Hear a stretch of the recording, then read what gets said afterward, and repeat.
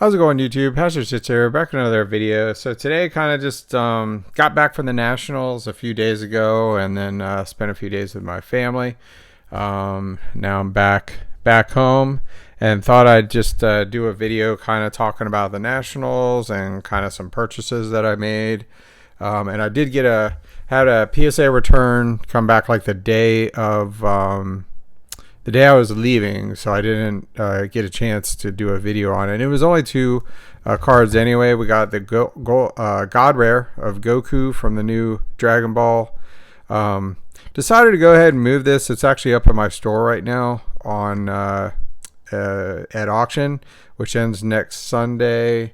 Today's July 31st, so like August 6th, I want to say that is. But I was going to keep it, but I just decided I'd probably move it right now. But maybe somewhere down the road, maybe I'll buy it again. We'll see. I still have another case, but I don't know if I'm going to open it up yet. And then also really loving this set, the from Weiss Schwarz. By the way, very happy to get the Gem Mint 10, but Bandai just makes phenomenal cards, so it's kind of a no-brainer. Then we got the Weiss Schwarz. This is the secret rare from, I did a video on this. I opened up two inner cases, so one entire master case, which was like, gosh, what is it, like 18 boxes in a case. It was a ton of cases, and you end up getting like one secret rare, I think, in an entire master case, and then 5 short prints, and then a bunch of other stuff. And we did really well. Pulled the Aang secret stamp. You can kind of see it. It's textured, but you can see, like, you got the water,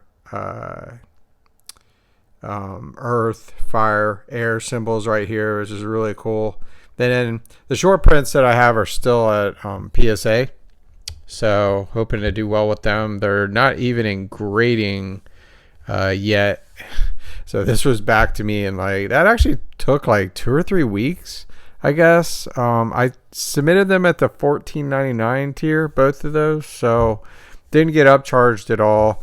I think the last one of this sold for like $2,000 at auction, but I would think it'd probably dip a little bit. We'll see how mine does. And then the National itself, kind of a mixed bag, but to be honest, this is my third Nationals, and I don't know how to, like, okay, first and foremost, soccer was almost non-existent. It was ridiculous how little soccer was there, and F1 to be fair. I think I saw Kimi Räikkönen Dynasty at one table. One guy that I had bought a George Russell 70th anniversary last year, or was it Lando Norris? No, it was George Russell. He had a lot of stuff, but it was a lot of the stuff that he had the year before. There was another table, I think, that had a bunch of 2020 Dynasty, but not a lot of F1. Soccer, not a lot of soccer at all. And everybody was just kind of, I don't know. The trade nights were fun for soccer. I went to the Thursday night one at the Sheraton, I think it was. And then the Friday night one at the Marriott. It was like storming. It was crazy. But I met a lot of great people. I did buy this right before the Nationals. Got this for $80, I think it was on eBay. Trinity Rodman, promising prospects rookie. So did that. And other than that, I bought 2 soccer cards at the entire Nationals, and one was at the soccer trade night. I got Sophia Smith autograph. I don't know if this is considered a rookie. She has a promising prospect card in 2020, and then this is her first rookie, so I don't think it's considered a rookie, but who knows? I mean, it's a prospect card in 2020. So the other thing was this Katerina Macario, a big fan of hers. Unfortunately, she couldn't go to the World Cup. I think she's a special player. I picked this up for, I think it was $70 from Pretzel's Cards. I got this from my buddy Adam, who I've talked to for years, but never met him face to face. And he met me out at a trade night and got that from him. I guess he had a duplicate of it. He collects a lot of the women's soccer as well. So that was kind of my 2 only purchases. But kind of back to the Nationals itself. Tons of baseball. If I could you get to the point at the Nationals where you look at the dealer and you can tell exactly what type of cards he has. You know, a lot of times the 60, 70-year-old guys are the guys with all the vintage baseball, and it's not nothing against them. That's what they're into. But it was just the Nationals every year is kind of like it's like the same 12 or 15 guys at every table. This year it was like Ohtani, lots of Trout. You had, you know, the usual suspects, Brady, Burrows, Herbert, Mahomes. Then for basketball, it was just MJ everywhere. MJ all over the place. He was everywhere. Not a lot less Zion and Ja Morant and some stuff, but I mean, I don't mind looking at Michael Jordan cards. That's pretty awesome. And it was just soccer was just non-existent. There was a few tables, but what I really went there looking for, I wanted to pick up a color parallel of Mbappe from 1718 Chrome. I'm in the market for one of those, probably like gold or higher. Because I only have a PSA 9 purple right now, and I'd like to pick one up. Maybe like a green, blue, or I don't know if I want to drop 10K on a gold right now, but maybe like a purple, blue, or green or something if I find one for a decent price. And then Holland Sapphire from his rookie year, looking for a yellow parallel, but those just don't come up that much. And it was kind of like my list of ones at the Nationals was like really small. I mean, those are pretty much the only things I was looking for, and there was just wasn't a lot there. And what was there was just incredibly overpriced. I think there was a yellow Sapphire Holland PSA 10 there for like, they wanted like $8,000 or $9,000, and that's like a $4,000 or $5,000 card. I mean, let's be real here. And I get it. I think a lot of people got into soccer and got over their heads with it. Now the market is kind of corrected, and they don't want to lose out on that money. And maybe somebody's going to walk up and do that. But the other thing about the Nationals that kind of, no other way to say it, just pissed me off. The pack redemption program they did was just horrible for soccer and F1 collectors. It was just a reality, a slap in the face. I was talking to some guys on the Blowout, and it was completely done by Fanatics, who owns Topps now. And essentially what they did is they took baseball and they said, okay, if you buy the new 2023 Chrome baseball boxes, which were like, you know, they were like 170 at first, and then they started going up to like 190 because people were buying them out they would get the redemption packs that were like, you know, $70 packs. So you're spending $170 on a good box of cards anyway. Chrome baseball, you know, has Adley Rutschman rookies, Corbin Carroll, has a lot of good rookies in it. So you're getting a lot of value there. You are overpaying for the box, but you're also getting a pack. That wasn't the case with soccer. Soccer, you had to buy either Bundesliga Chrome from 21-22, which has junk in it, MLS Finest, I want to say from 2022, and what was the last one? It was crud.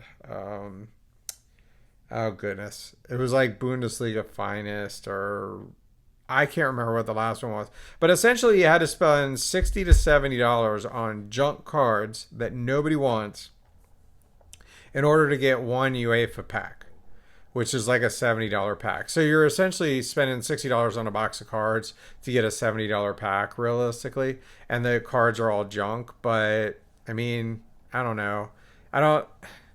I feel like they would have done a lot better if they would have let people buy the new 2023 Chrome UCL.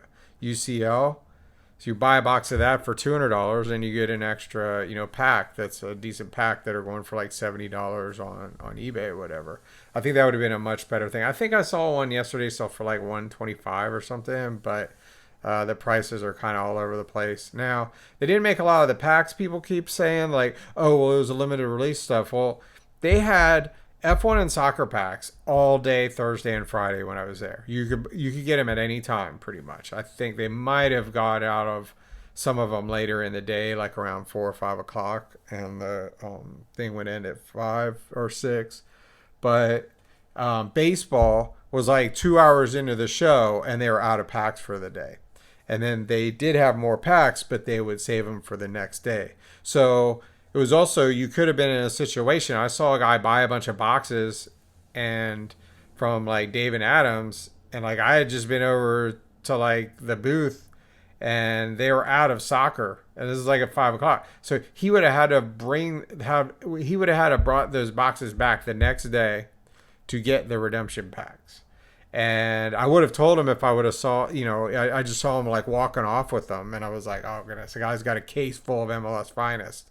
And he's going to have to bring them back the next day. Well, what if he's not there the next day, He's essentially just screwed. So it was just, I don't know. I feel like this whole video is going to be a rant of how bad the Nationals is. And it's definitely worth going if you can go sometime. But you just have to set your expectations as in like, the prices are going to be overpriced. They're probably not going to have a lot of what you're looking for. And it's kind of fun just going around. The best thing about it is the trade nights. The trade nights was fun. There was a lot of good stuff, but I kind of got the feeling like a lot of people didn't want to let stuff go for market level. And I had my stuff priced a little bit higher than market, but that gives me room to come down. But like, I think I sold a Kavara, what's his name? Kvaratskhelia. I hit a gold Dynagon. I sold that to a guy. I think I got a fair price for it. And that pretty much paid for my trip and the Sophia, pretty much. So that ended up being a wash. So that was kind of nice. And then the Friday night trade night, they invited like sports card investor and all the breakers are there and kissing his butt. And it was just like, come on. It's just like the people in the hobby, it's just so much ugliness. And then there's this guy walking around table to table telling everybody, hey, I'll alt scan your card. There's this actual app. You should look it up. I actually looked it up. It's a really good app. And it's called Alt, and you can scan someone's graded card and it'll give like the last few sales. It'll tell if any of those cards are on Alt for sale. So the guy was going around, he was an older gentleman, actually probably about my age, but looked a lot older than me. But he was just going around and he was just walking up to the tables of everybody and like, hey, I don't know anything about soccer, but I know I want to buy some Messi cards and I'll scan your Messi cards with Alt, and I'll give you 80% of the of the value right here, cash, And one of the guys, as I was sitting there with talking, he sold like $3,000 or $4,000 worth of Messi cards, which is fine, but if that's what you want to do. But I'm just not interested in dealing with people like that. It's like you don't even care about the hobby or soccer in general. You're not even a fan. You're just here trying to profit off of soccer collectors. And I mean, I make money too, but it goes right back into soccer. And I don't think I'm better than anybody else, or I don't mean to gatekeep the hobby or anything, but it's just like, I just kind of felt like the trade nights were really cool with a lot of the soccer fans, and everyone's just talking, and there's guys wearing Arsenal shirts, there's guys wearing Man City shirts, there's guys wearing Bayern Munich. I was wearing a Real Madrid kit. People are wearing Barcelona kits and giving me trash, and I'm giving their trash, and just playing. And it was just a real lot of fun. Like, it's worth going to the Nationals just for the soccer trade nights, or like in F1 case. Unfortunately, I didn't get to go to the F1 trade night, which kind of also was kind of a breaker trade night, with Scott over at Pirates Castle. Great guy. Ended up talking to him. Fortunately, I couldn't go. But the trade nights for soccer, just, yeah. I mean, there was more Pokemon at the sports card convention than there was soccer and F1. And I kind of feel like I'm moving towards Pokemon more anyway in my collection. But I don't know. Anyways, that was just a big rant, but I think next year it's going to be in Cleveland. And then I think it's Atlantic City, or wait, I think it's back in Chicago in 2025. And then I think it's either Atlantic City or Atlanta. I kind of wish they'd keep it out Midwest. I'm only a couple hours drive from Atlantic City, but I don't know. I kind of like Chicago. Now, The AC, you couldn't keep up with all the people in the building, so that kind of sucked. So it was probably realistically in the 80s in there. So you're like uncomfortable, but it wasn't unbearable, I guess. So, but you know, I would highly recommend if you ever get to go to a national, go. It is fun. Saw two guys get arrested. I think they were drunk. That was pretty crazy. I tried to warn the one guy that the cops were coming, but he was like leaning up against some of the, so like a display of cards for a dealer, and I was like, yeah, you don't want to be doing that. But like I said, you should go to experience it at least once. I'm gonna go every year. Hopefully next year's a little bit better. I just kind of feel like a lot of the OG collectors in soccer, like I would put myself in there. You know, a lot of us guys were looking for, 2016 and 2019, and everybody's kind of looking for that. And there's not a lot of new releases and cards that people are really interested in. But yeah, maybe that's because there hasn't been a really hot rookie in the last few years in soccer either. So maybe that has something to do with it. But anyways, that's my rant. Take it for what it's worth. If I met any of you, I met so many people, and it's hard to me to get like their names and everything, but I met so many people and followed them on Instagram, and they followed me, and that was really cool. And that's what it's all about, just being around like-minded people in the hobby of soccer, or whether it's Formula One or stuff like that. Whatever you collect, that there's going to be people there that you can probably find that also have that own passion. So anyways, that's kind of my experience at the Nationals this year. If I did meet you, I was happy to meet people. That was awesome. Trade nights are just a blast, and that's really it. So anyways, if you aren't subscribed, please like and subscribe, and I'll see y'all in the next video.